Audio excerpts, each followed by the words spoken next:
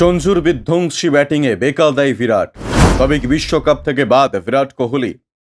2024 IPL টুর্নামেন্টে Rajasthan Royals দলের অধিনায়ক সঞ্জু স্যামসন স্বপ্নের ফর্মে রয়েছেন, আর এই ফর্মটাও তিনি একেবারে সঠিক সময়ে ফিরে পেয়েছেন। আগামী জুন মাস থেকে শুরু হতে চলেছে 2024 টি-20 বিশ্বকাপ টুর্নামেন্ট। ফলে এই টুর্নামেন্ট শুরু হতে আর মাস দেড়েক সময় বাকি রয়েছে। এদিকে আইপিএল টুর্নামেন্টের প্রথম 3 সপ্তাহে কেরালা এই ব্যাটার নিজের ক্লাস প্রমাণ করে দিয়েছেন, আর সেই সঙ্গে আসন্ন টি-20 বিশ্বকাপের জন্য জায়গা কার্যত পাকা করে ফেলেছেন।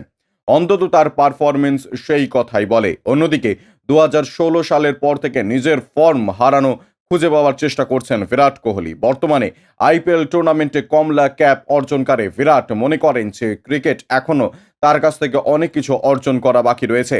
চলতি আইপিএল টুর্নামেন্টে তিনি শুরুটা বেশ ধীরগতিতে করলেও ধারাবাহিকভাবে ভালো পারফরমেন্স করে যাচ্ছেন। সবথেকে বড় কথা, রয়্যাল চ্যালেঞ্জার্স বেঙ্গালুরুর হয়ে একাই লড়ে যাচ্ছেন বিরাট। আর এই জায়গাতেই একটি প্রশ্ন বিতর্কের ঝড় তুলতে শুরু করেছে।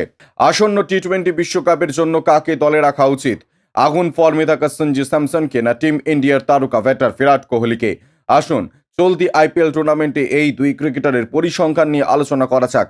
2024 টুর্নামেন্টে অরেঞ্জ ক্যাপে দৌড়ে আপাতত 4 নম্বরে দাঁড়িয়ে সঞ্জু স্যামসন, রাজস্থান রয়্যালসের দলের অধিনায়ক।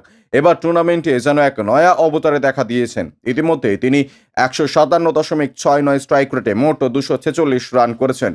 ভারতের ওই উইকেট কিপার ব্যাটার ইতিমধ্যে নিজের যোগ্যতার প্রতি সুবিচার করে ফেলেছেন এবং আসন্ন টি-20 বিশ্বকাপে ভারতের ক্রিকেট স্কোয়াডে নিজের নামটা সবার আগে তুলে ধরেছেন।